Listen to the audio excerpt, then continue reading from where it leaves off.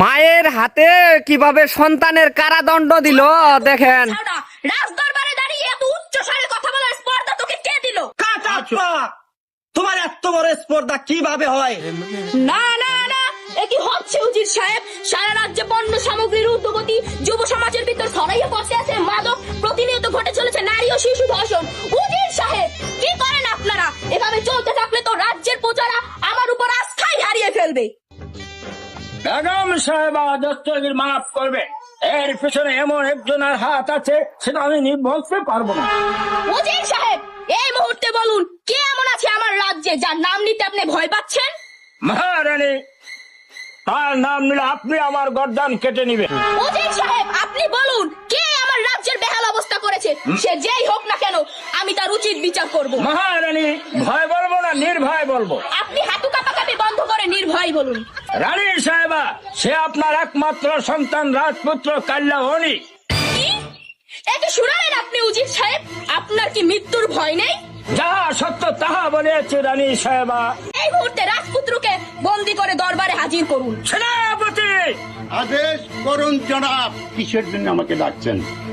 এই মুহূর্তে রাজপুত্রকে মাঠে ঘাটে পথে প্রান্তে এমনকি ছেলেগো বাড়ির ব্যাঙ্গের গর্ত থেকে হলো রাজপুত্রকে অ্যারেস্ট করে রাজদরবারে নিয়ে আসুন।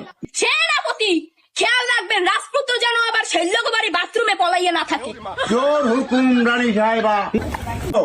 কাটাপ্পা, তোমার এত বড় স্পর্ধা কিভাবে হয়? এই রাজ্যের রাজপুত্রকে তুমি কোমরে ছাগল বান্ধা দড়ি লইয়া টানতে টানতে লইয়ে যাইতে আসো? কি হবে রানী সাহেবা? ছেলেগো বাড়ির বাথরুমে করে আপনার পুত্রের ধরে নিয়ে আসছি। মা, এই বেয়াদব সেনাপতি আমার ছাগল বান্ধা দড়ি লাগাইয়া কোমরে টানতে টানতে লইয়েছে রাজদরবার। মনে হইতেছে কি আমি কোন রাজপুত্রই না। খুলে দিতে বলো আমার বাঁধন, আমি কতল করবো এই বেয়াদব কাটাপ্পাকে। চুপ কর কুত্তার ছাওড়া! রাজদরবারে দাঁড়িয়ে এত উচ্চ স্বরে কথা বলার স্পর্ধা তোকে কে দিল? আজ আমি তোর মা নই, আজ আমি এই রাজ্যের রানী। জি রানী সাহেবা। উজির সাহেব, আপনি যে রাজপুত্রের নামে অভিযোগ করলেন এর প্রমাণ কি? রানী সাহেবা, এই দেখুন, তার পকেটে এখনো শিকারের ব্রিগেড আর এই পকেটে আছে বহুত বোমানোর। এরপর আপনি কি প্রমাণ চান রানীমা? মা, এই মন্ত্রী সব না মানে রানী সাহেবা, এই মন্ত্রী সব মিথ্যা কথা কইতে আছে। সারে যা মিথ্যা কথা। এই মন্ত্রী আমাদের বিড়ি চাইছিল, এর লোকে বিড়ি দেয় নাই বিদে আমার এই দোষী সাব্যস্ত করতে আছে। না, আমি এই কাম কিছু করি নাই। সাহেব, রাজপুত্রকে বন্দি করে নিক্ষেপ করুন অন্ধ কারাগারে, আর তার বুকের উপর মিনিমাম 300 গ্রামের একটা পাথর চাপা দিয়ে রাখবে।